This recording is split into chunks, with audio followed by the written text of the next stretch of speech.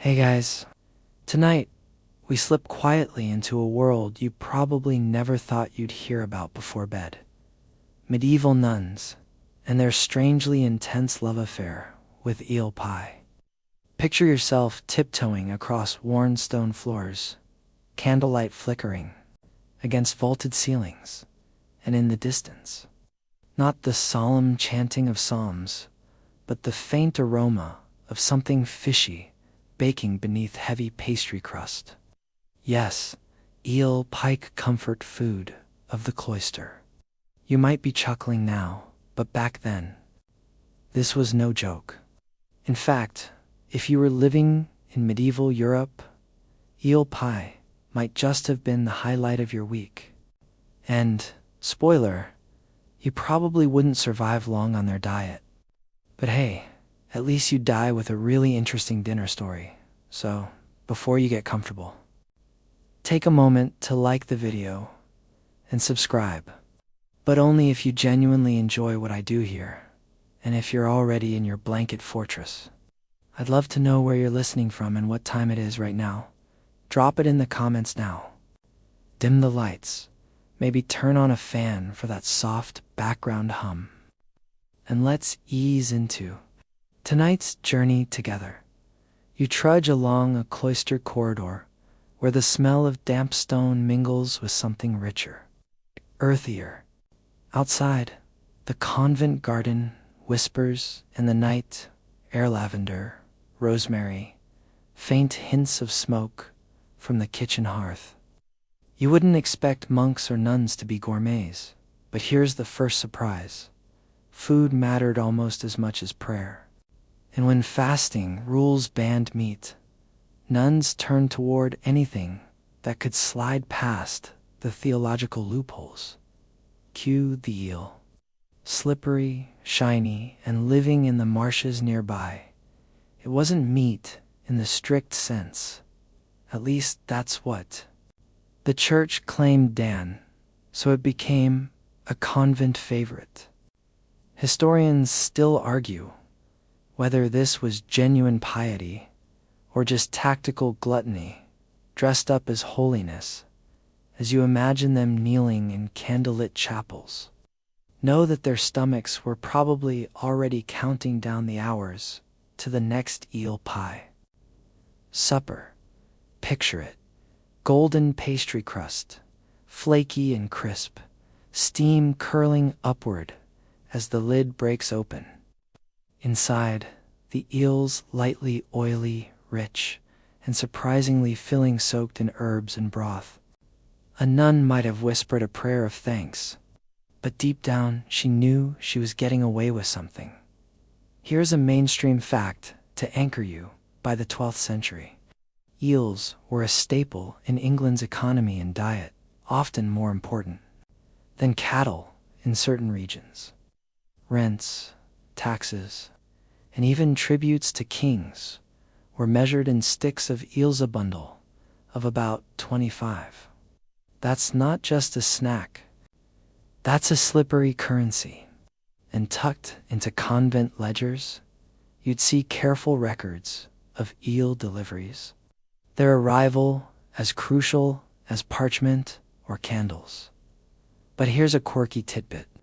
Some sources suggest nuns occasionally kept live eels in ponds within monastery grounds, almost like pets with an unfortunate destiny.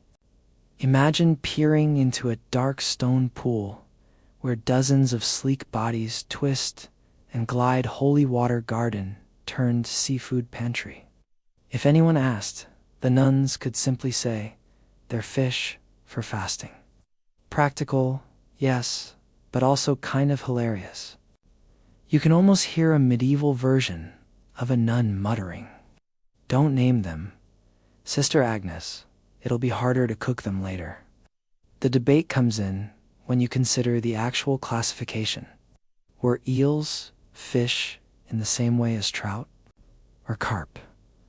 Or did they straddle some gray zone between snake, fish, and mystery beast? Historians still argue whether medieval church authorities leaned into the ambiguity deliberately, stretching the rules so monasteries wouldn't starve or, perhaps, wouldn't riot from sheer boredom at mealtime. You might chuckle now, but in a world without pizza delivery, eel pie probably felt like a guilty pleasure wrapped in divine approval. You picture yourself sitting cross-legged on the convent floor, a pewter plate in your lap, listening to the quiet buzz of whispered prayers. Around you, outside, the marshes sigh in the wind, hiding the wriggling source of tonight's feast. The pastry melts slowly on your tongue, richer than you expected, spiced with pepper or nutmeg, brought in tiny amounts by traders who braved long, dangerous roads.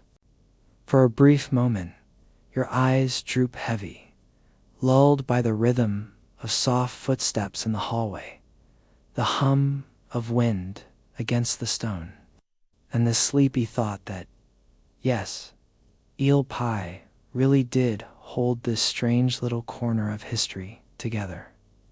3. Soft jokes float into the candlelight with you. 1. Somewhere out there, a medieval eel probably thought of itself as the original fast food mascot. 2. Eel pie may have been the closest thing nuns had to a cheat day, except God was technically in on it. 3. If you ever wondered what medieval cryptocurrency looked like, well, congratulations, you're picturing it. It's slimier than Bitcoin. And as the night deepens, you realize you're not just hearing about convents.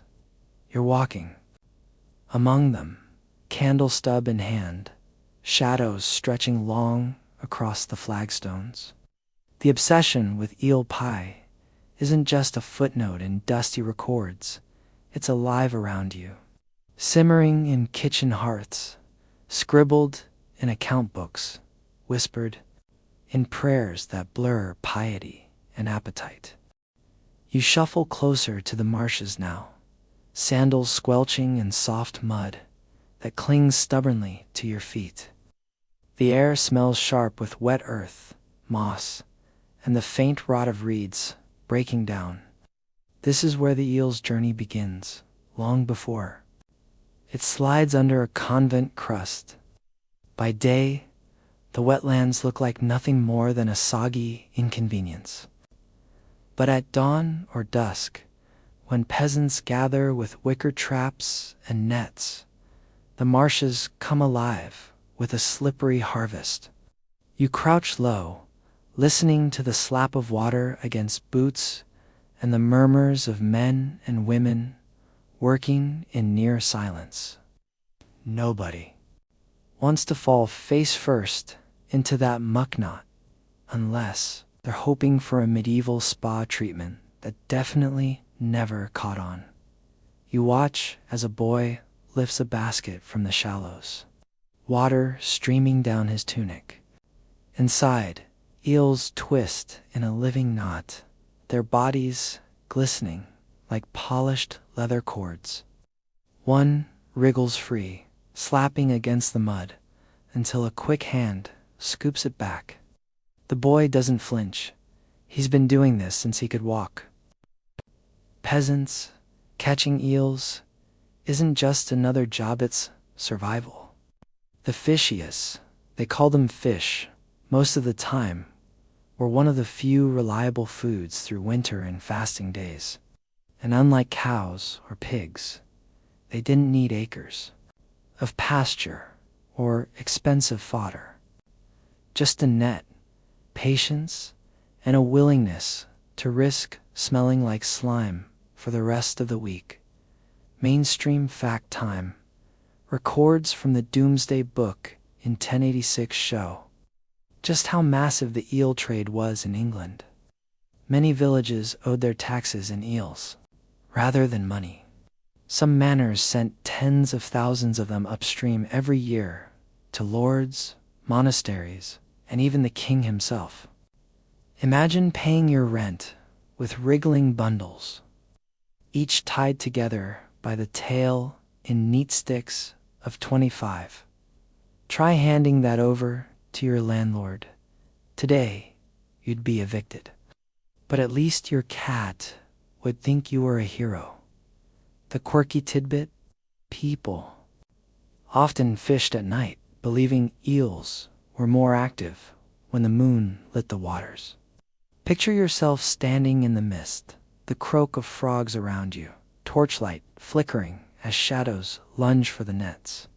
Some swore that eels could be lured with raw meat or crushed snails tossed into the shallows. Others whispered that eels were born spontaneously from mud itself, crawling out of the earth when rain blessed the fields. You can almost hear a weary peasant telling his son, "No, we don't know where they come from. They just happen. Stop asking and keep scooping." And here's where historians still argue. Were eels truly so abundant that they seemed endless, or were medieval chroniclers exaggerating their numbers? Some scholars insist the waterways were swarming, that a single weir could trap hundreds in a night. Others suspect nostalgia and poor record-keeping inflated the legend. Either way, standing here among the marsh reeds, with your toes sinking into the muck, you can believe that this place feels like it could keep every convent kitchen stocked for centuries. You close your eyes for a moment, hearing the hum of insects and the slap of water. A donkey brays in the distance, harness creaking as it drags a cart already heavy with writhing barrels. The smell is pungent, somewhere between fish and damp leather. You try not to imagine what medieval deodorant options there were. Spoiler: they weren't good. But for these people, hauling eels meant full stomachs and coins in their pockets. A nun biting into eel pie might never think about the boy soaked to his knees catching her supper. But you do. You see both sides of the slippery chain. A soft joke slips in here first. This might be the only historical moment where having a slippery job was actually a compliment. Second, if peasants thought mud could generate eels, maybe they'd have been thrilled by modern science. Congratulations, you're eating geology. Third, someone probably did try to invent eel perfume once. And let's all be grateful it didn't stick. As you trudge back toward the convent road, you carry in your imagination the heavy basket of eels balanced on your hip. The creatures writhe, slick against one another, tails tangling like living rope. You feel the weight not only in your arms, but in your thoughts. These eels aren't just dinner. They're taxes, trade, penance, and eventually prayers in pastry form. The marshes give freely, but they also demand. They demand labor, patience, and sometimes dignity sacrificed to the stink of mud. Yet, as the torches fade behind you and the stone walls of the convent rise ahead, you sense that the marsh's slimy gift is what ties this whole quiet world together. You find yourself back within the convent walls, ducking through a low archway that leads to a quiet refectory.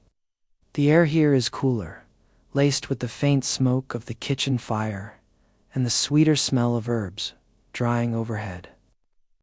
Supper is already the subject of a hushed but heated debate. A pair of nuns, veils rustling as they lean in close, whisper about a question that has lingered for centuries.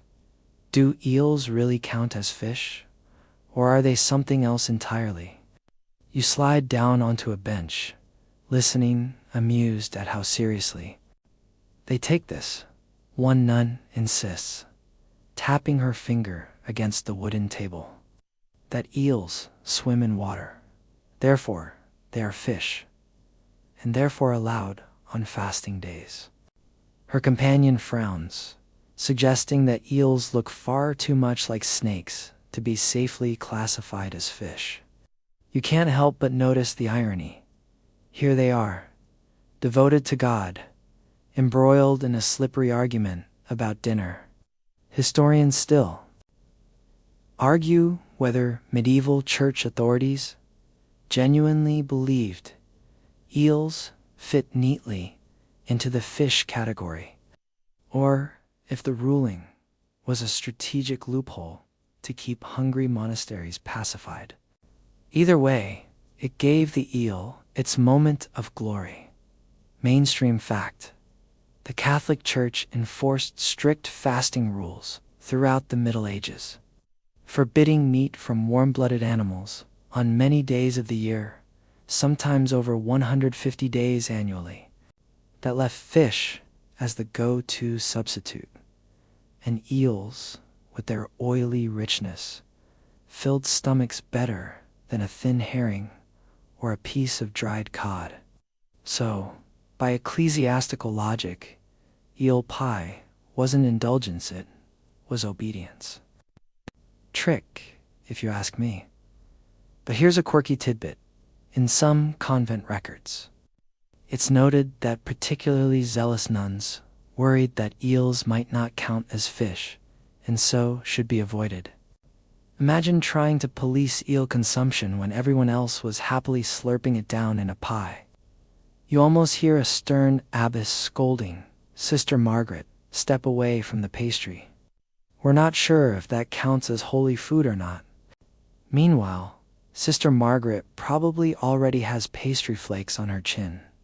Your eyes drift across the refectory to a lectern where a novice nun reads aloud from scripture as others eat in silence. But tonight, your thoughts wander from the sacred words to the eel debate still buzzing in your ears. You picture a medieval theological council, monks in long robes, leaning over scrolls, arguing about the moral classification of a slippery creature that refuses to fit neatly into categories. Fish or snake, meal or temptation, God's bounty or devil's trick. A joke wiggles in first. Medieval scholars probably spent as much energy defining eels as modern people do, arguing about whether a hot dog is a sandwich. Second, you half expect one nun to propose writing a hymn called "A Glorious Slippery Fish." Third, somewhere a bishop surely groaned, of all the problems facing Christendom, must I really rule on eel pie? The truth is, these debates mattered deeply. Classifying eels as fish didn't just shape diets, it shaped entire economies. The demand for eels surged whenever fasting days rolled around. And yet, despite all the solemn classification attempts, you can't shake the image of an eel wriggling free of the categories, slipping through the fingers of both fishermen and theologians alike. Your senses wander further. You feel the stone bench beneath you, rough against your palm, cool from centuries of wear. The flicker of candlelight paints shadows across the walls, each flame bending in a slight draft. You catch the faintest sound of an eel sizzling in the kitchens nearby, where cooks prepared to fold the catch into another golden pie. And even as the nuns whisper and argue, their mouths will water at the smell that drifts closer with every passing moment. So here you sit, caught between sacred ritual and culinary loophole, realizing that eel pie wasn't just food, it was philosophy law, and survival, all rolled into flaky pastry. And as you close your eyes, lulled by the drone of scripture and the echo of slippery debates, you understand why medieval nuns guarded their eel pies with as much passion as their psalms. You wander down a narrow corridor and push open a heavy oak door into the convent's kitchen, where the air is thick with smoke, heat, and the faintly briny aroma of eel. Copper pots clatter, firewood crackles, and you watch a pair of sisters roll out dough on a rough wooden table. Their sleeves are tucked up high, hands dusted white with flour, faces glistening from the warmth of the hearth. If you thought convent life was all solemn prayer and whispered psalms, here's the counterpoint. Kitchens in full swing, with eel pies bubbling away like alchemy in action, a mainstream fact to ground you. Medieval kitchens often worked with surprisingly elaborate techniques, layering spices and herbs far beyond what you might expect from a supposedly austere religious house. Trade routes, slow but steady, brought pepper, nutmeg, and cloves all the way from the east. In small doses, these spices transformed simple ingredients into rich dishes. For eel pies, parsley and sage might mingle with a sprinkle of exotic pepper, making the meal feel indulgent even during fasting days. You can imagine the anticipation building as that scent crept through stone corridors. The quirky tidbit is this: some surviving medieval cookbooks, like the famous Psalm of Quirky, compiled by royal cooks in the 14th century, include recipes for eel pies, complete with directions to boil, chop, and bake the slippery creatures in spiced pastry. Of course, the convent's version may not have matched the king's table, but the basic idea was the same. Wrap eel in dough season it well and serve it hot. If you close your eyes, you can almost hear a nun muttering, "Don't overcook it, Sister Agnes, or we'll be chewing leather all through Compline." Historians still argue whether convent cooks leaned more toward simplicity plain pies for fasting or whether they secretly enjoyed experimenting with flavors, treating the kitchen like a laboratory of faith and appetite. After all, rules existed, but rules could bend. Was zeal pie an act of holy discipline or a guilty indulgence, dressed up in crust? Nobody knows for certain, though the smiles around the kitchen hearth suggest the latter. You shift closer to the long wooden table. Dough thuds softly as it's kneaded, rolling pins squeak against the grain. A cauldron of eel broths simmers, filling the room with a rich, oily scent. When one nun cracks open a finished pie, steam gushes out, carrying notes of herbs that make your stomach tighten with hunger. You watch her slip a spoon under the crust and stir gently, releasing more fragrance into the air. Candlelight dances on the curved blade of a knife as another sister slices sections neatly, arranging them on pewter plates. And here's where humor sneaks in. 1. The kitchen must have been the medieval version of a cooking show, except the judges were saints and abbesses, and no one wanted a soggy bottom. 2. If eels could see this, they'd file a complaint with medieval OSHA about unsafe working conditions. 3. In some parallel timeline, you just know a nun invented the first medieval version of the secret sauce, but took it to the grave. The sensory overload continues. The warmth of the fire prickles against your face, contrasting with the cool draft from a half-open window. You hear the hiss as a pie tin hits the hearthstone too quickly. The smell of smoke clings to woolen veils, mixing oddly with the sharp tang of onions and leeks chopped for the filling. Every sound, the crackle, the chop, the rolling forms a rhythm, almost like its own kind of chant.